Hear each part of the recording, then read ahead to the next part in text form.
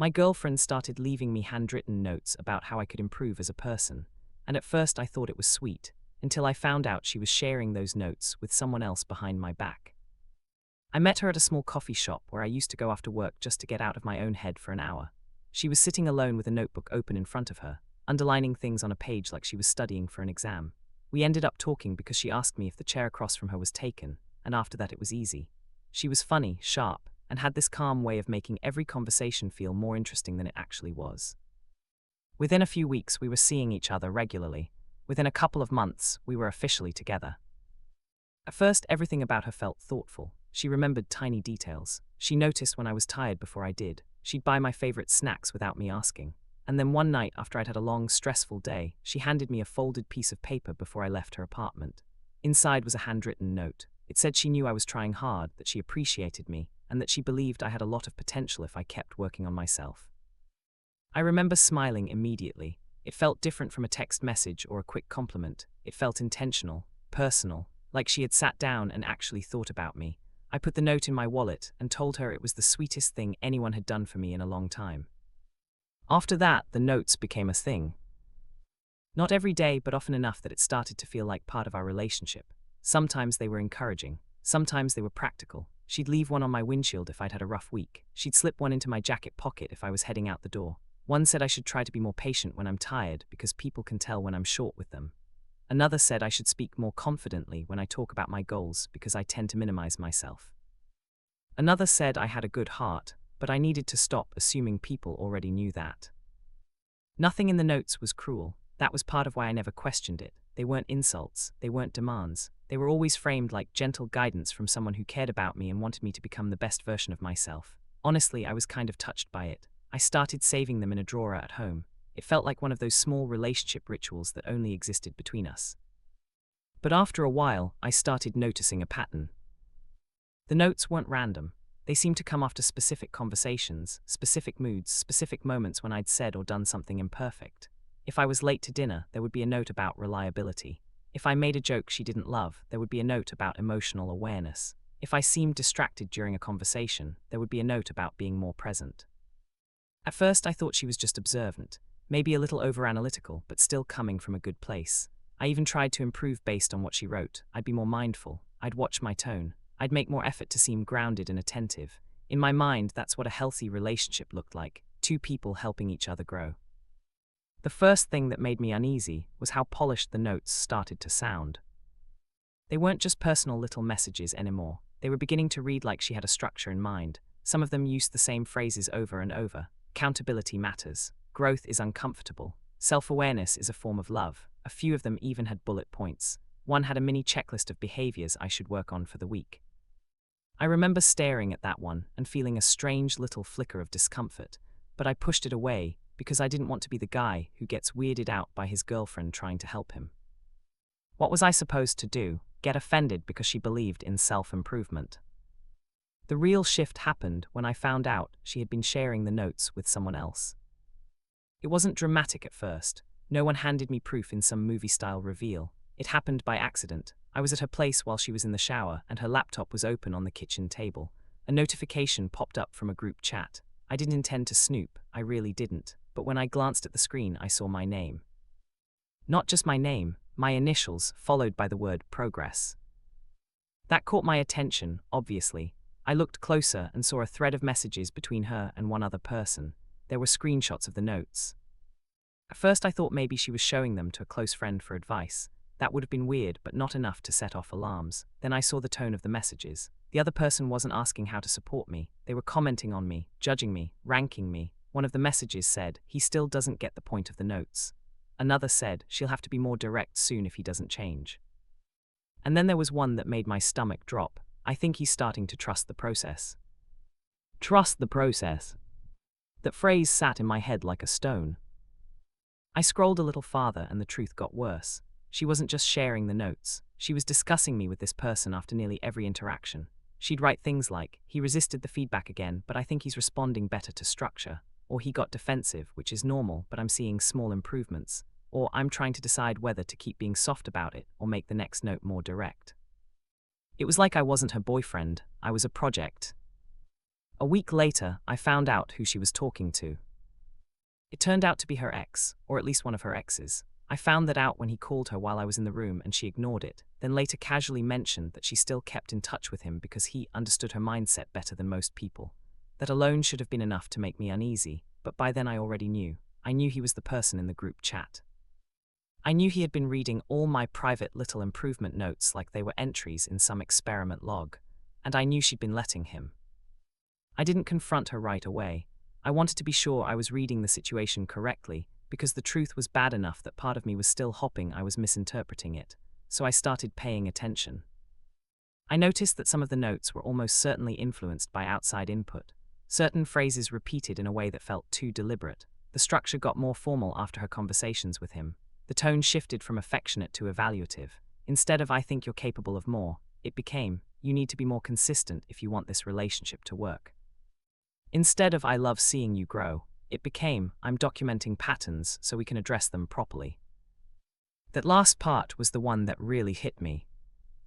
Documenting patterns. That wasn't a relationship anymore. That was surveillance with a nice font. When I finally brought it up, she acted like I was overreacting. She said she only shared the notes because she trusted his judgment. She said he was helping her make sure the notes were constructive instead of passive-aggressive. She said it was healthy to get an outside perspective when you care about someone's growth. She said I was focusing on the wrong part of it and missing the bigger picture. But I wasn't missing anything. The bigger picture was that she had been pretending these notes were private acts of affection, when in reality they were part of a conversation I had never agreed to. She had been evaluating me with someone else behind my back, not venting, not asking for general advice, but actively turning our relationship into a shared analysis session where I was the subject and nobody bothered to tell me. That's what bothered me most, not the notes themselves, not even the ex. It was the fact that she had built this whole gentle, nurturing image around what was basically a covert feedback system. She wanted credit for being thoughtful while using the notes to control how I saw myself. Every message had been designed to make me feel like I was being supported, when really I was being measured. After that, I stopped saving the notes. I started reading them differently too. What used to feel caring now felt staged. Every "I believe in you" came with an invisible condition. Every "I want the best for you" started to sound like "I want you to become someone easier to manage." And once you see that, you can't unsee it. The relationship didn't end in some huge explosive argument. It just kind of collapsed under the weight of the truth. I stopped responding the way she expected. I stopped treating the notes like gifts. I stopped pretending the whole thing was harmless. And once I did, she started acting confused, then defensive, then hurt, like I was the one rejecting her kindness. That was the final insult, honestly. Because to her, the issue was never that she'd shared my private thoughts with someone else. The issue was that I no longer appreciated the method she had chosen to help me. She couldn't understand why I felt exposed. She only understood that her system had stopped working. That's when I realized the notes were never really for me. They were for her, and for whoever she was reporting to. I was just the person being managed. And once I understood that, I didn't need another note.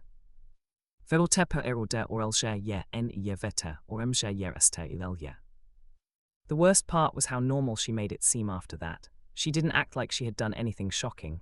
She didn't panic. She didn't scramble for excuses. She just doubled down on the idea that I was being immature about feedback. She told me that most people hate being challenged. She said that's why they stay stuck. She said she had seen real growth in people who could handle uncomfortable honesty, and that she was trying to build that kind of relationship with me. She even framed my reaction as evidence that I still had work to do. That got under my skin more than I expected, because it was almost clever. If I got upset, that meant I wasn't mature enough to handle criticism. If I stayed calm, that meant her system was working. Either way, she got to stay in control of the interpretation. For a few days after the confrontation, I kept waiting for some sign that she actually understood what she had done. I thought maybe she'd apologize once she had time to sit with it. Maybe she'd admit the ex had been a bad influence. Maybe she'd realize that using someone else as a hidden audience for your relationship is messed up no matter how softly you package it. But no, instead, she kept trying to reopen the conversation through new notes. One was left on my car dashboard after work. It said she hoped I wouldn't shut down the process just because it had become uncomfortable. Another was tucked into my jacket pocket with my keys. It said growth often feels like being misunderstood before it feels like progress. One even asked me to be honest with myself about whether I wanted to be guided or just comforted. Guided or just comforted? That sentence made me feel sick. Because that was the point, wasn't it? She didn't just want to date me, she wanted to shape me. And the ex wasn't just a random person she was talking to. He was part of the shape, part of the audience, part of the system that let her pretend she was doing something mature and helpful when really she was just externalizing control. I started digging after that. Not in a dramatic way, just quietly. I checked what I could without making it obvious. I found old screenshots in a shared folder she'd forgotten to lock down. There were dozens of them. Notes I had kept thinking were private. Comments about whether I was responding emotionally or showing resistance. One thread where her ex suggested she stop writing long encouraging notes and start making them shorter and more direct so I'd stop romanticizing them. That phrase hit me hard too, romanticizing them. That was exactly what I had been doing. I had been turning her notes into proof that she cared, when in reality they had been a method of monitoring me that I had been emotionally decorating. It got even uglier when I found out they had discussed things I had told her in confidence that had nothing to do with improvement at all. My father's health, my stress at work, a fight I'd had with my brother months earlier. She'd apparently used those details as material for context in her conversations with him, like my private life was just background information for a performance review. That was the moment I stopped feeling confused and started feeling betrayed. Because there's a huge difference between someone loving you enough to help you grow and someone collecting your weak spots so they can build a better version of you in someone else's eyes. At first, the line looks blurry. Then one day it becomes obvious, and you realize you've been letting somebody polish your insecurities into a routine. I ended things not long after. She didn't take it well, but she also didn't really take responsibility. She cried, then got angry, then accused me of being unfair because she'd only ever tried to help. She said the notes were supposed to be a love language. She said the ex was just a sounding board. She said I was punishing her for being intentional. That was the word she kept coming back to. Intentional. As if intention erased impact. As if being careful and articulate somehow made the whole thing noble. But intentional or not, she had turned intimacy into analysis. She had let another man into the most private parts of our relationship, and then acted shocked when I didn't want to be edited through him. After I left, I kept thinking about how easy it had been to mistake control for care. That's what made it stick with me, not the notes themselves, not the ex, not even the lying. It was how convincing the whole setup had been. Handwritten notes feel warm, they feel personal, they feel old-fashioned and sincere, but when they're being shared, scored, discussed, and revised behind your back, they stop being affection and start being evidence. And once I realized that, I could never look at those little folded pieces of paper the same way again. They weren't reminders that someone loved me, they were reminders that someone had been watching. And that was only the part I could see. After the breakup, things started making more sense in the worst possible way. A couple of weeks later, I got a message from a guy I didn't know. He said he found my name in an old chat thread and wanted to ask if I had dated her recently. At first I almost ignored it, but something about the message felt careful, like he was already expecting me to be defensive. I replied, and what he told me made my stomach drop. He said she had done the same thing to him. Not exactly the same notes, not the same words, but the same structure. Thoughtful little messages, gentle advice, private feedback that made him feel like she was paying close attention to who he was becoming. Then later, he had found out that she had been discussing him with someone else too. In his case, it was a friend from college. In another case, it had been her sister. In another, an old coworker. That was the moment I realized I hadn't been special at all. That's the thing these people always count on. They make you feel chosen, carefully chosen, like you're the one person they've decided is worth the effort. So when the behavior gets weird, you keep excusing it because you don't want to lose the feeling of being seen. You tell yourself it's just a messy version of care. You tell yourself no one perfects a relationship without a little friction. You tell yourself the notes are sweet because it's easier than admitting you've been turned into a case study. The guy who messaged me said he had found out she kept reflection threads with different people over time. The details changed, but the pattern never did. She'd get close, start writing notes, frame herself as someone committed to improvement, and then share the whole thing with an audience she claimed was helping her stay grounded. She didn't call them secrets, she called them support systems.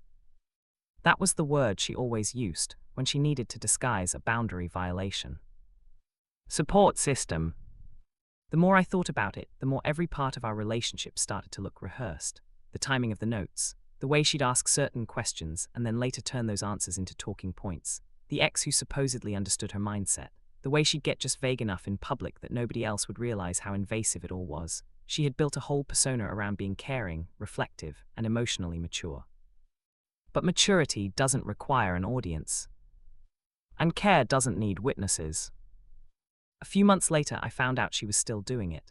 Not with me, obviously, but with someone new. I saw her in passing at a restaurant, and there was a different man sitting across from her, smiling while she slid a folded note across the table like she was handing over a tiny gift.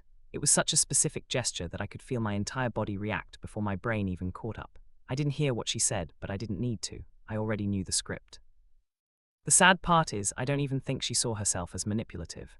I think she genuinely believed that if she wrapped control in kindness, it became something noble. I think she believed that as long as her words sounded encouraging, the people receiving them should be grateful. I think she thought being invested in your growth was the same thing as respecting your privacy. It is. There's a version of intimacy where two people help each other become better. And then there's a version where one person quietly builds a file on the other and calls it love. Those two things can look similar at first if you don't know what to watch for. They both involve attention. They both involve concern. They both involve noticing details. But one of them gives you space to be human. The other one turns your flaws into a shared project. That's what I learned from her. Not just that someone can betray you while smiling, but that some people are most dangerous when they sound sincere. If she had been openly cruel, I would have left sooner. If she had been obvious about wanting control, I would have spotted it faster. Instead, she used handwritten notes, soft language, and fake vulnerability to make me believe I was being loved in the exact places I was actually being monitored. And that's why it stayed with me. Not because the breakup was dramatic, not because she screamed or lied in some cinematic way, but because she made it all look so thoughtful while she was doing it. She turned affection into a surveillance system and expected me to thank her for the privilege. I don't think I'll ever trust a "just a little note for you" moment the same way again. And that was the real problem. She wasn't just lying, she was making me doubt my own reaction to the lie.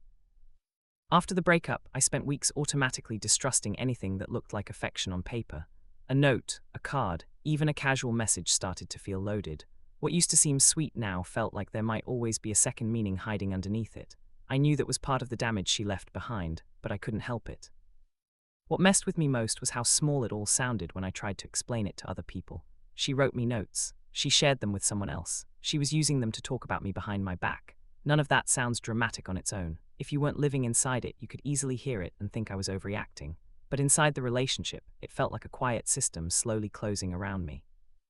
Each note made me a little easier to guide, a little easier to evaluate, and a little less certain that I was allowed to push back. That's what really got me in the end. Not just that she betrayed my trust, but that she did it in the softest possible way. She wrapped control in warmth. She wrapped surveillance in encouragement. She made it look like love so that I'd feel guilty for recognizing it as manipulation. And now, when I think back on those folded pieces of paper, I don't remember tenderness. I remember a person carefully watching how I responded, discussing me with someone else, and calling that care.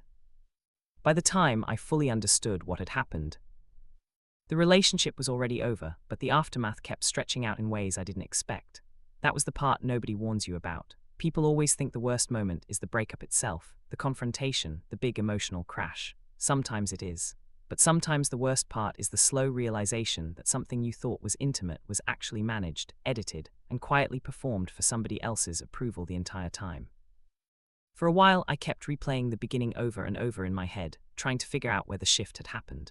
Was there a moment when it became less about affection and more about control? Was there a point where she stopped writing to me and started writing about me? The more I thought about it, the more I realized that the line probably blurred much earlier than I wanted to admit. The first note had felt warm because it was handwritten.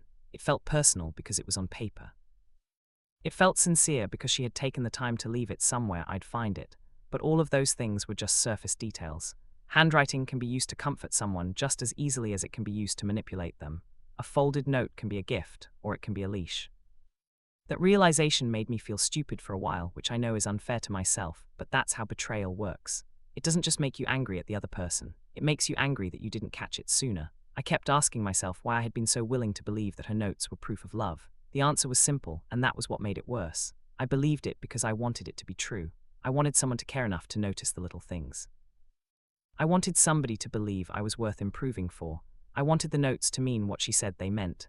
So I accepted the version of reality that felt nicest, and she took advantage of that. What still bothers me is how carefully she managed the appearance of kindness. She didn't yell, she didn't insult me, she didn't openly demand that I change. She used language like growth, accountability, and self-awareness. Those are good words, healthy words, words people usually associate with maturity. That was her shield. She could always point to the vocabulary and say, "See, I'm just trying to help." And because the words sounded reasonable, it made my discomfort look unreasonable. That's what made it such a clean manipulation.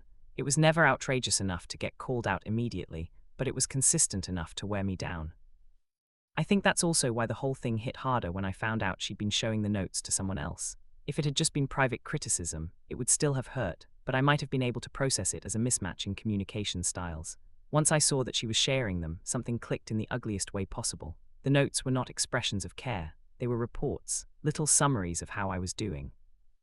Tiny status updates on my behavior, my reactions, my progress, my resistance.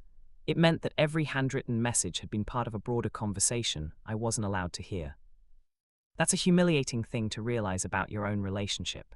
Not just that you were being judged, but that you were being discussed as if you were a project with metrics. There's a very specific kind of loneliness that comes from realizing the person who said they loved you was also keeping score. And once I noticed that, I started seeing the same pattern everywhere else in the relationship.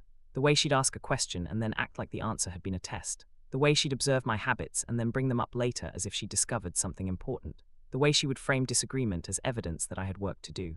Even the calmness she had when I confronted her made more sense in hindsight. She wasn't stunned because she had done something awful. She was irritated because her system had been exposed before it could finish working. I used to think the worst kind of manipulation was the kind that feels obviously cruel.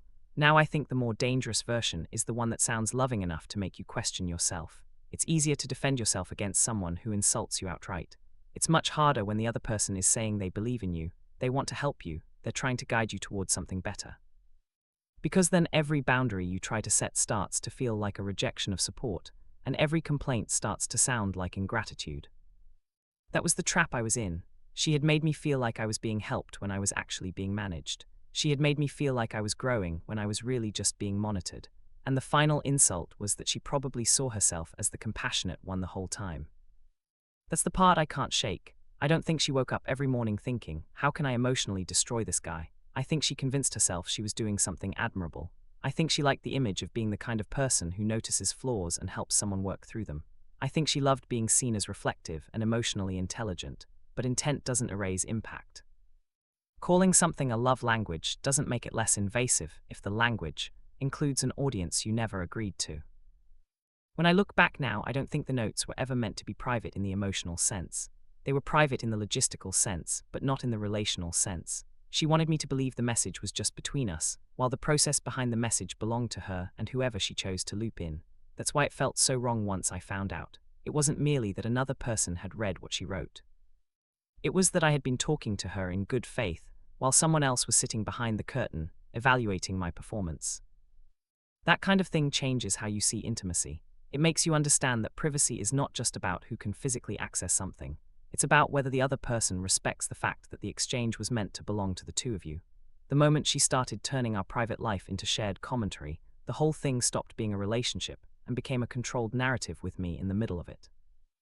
Even now, I still sometimes run into things that remind me of her notes. A folded receipt, a sticky note on someone's desk, a card with neat handwriting.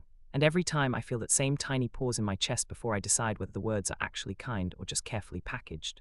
I know that's not fair to everybody else, but I also know I'm not making it up. Once somebody teaches you that kindness can be used as a disguise, you don't unlearn that lesson quickly. If there's one thing I took from all of it, it's that being helped is not the same thing as being respected. Real care doesn't need an outside observer grading it. Real love doesn't need to turn every insecurity into a discussion topic. And real support doesn't require somebody else to keep a hidden record of your reactions. What she gave me wasn't a relationship built on honesty. It was a quiet performance, and I was never fully told I was part of it until I stumbled into the back room and saw the script. By then, I had already been pushed into acting out the role she wanted for me, while she and someone else sat outside the scene deciding whether I was improving fast enough. That's why I'll never forget the notes. Not because they were beautiful, because they were. They were precise, controlled, measured, and that's the exact reason they worked for so long. They made me think I was being loved, when all along I was being watched.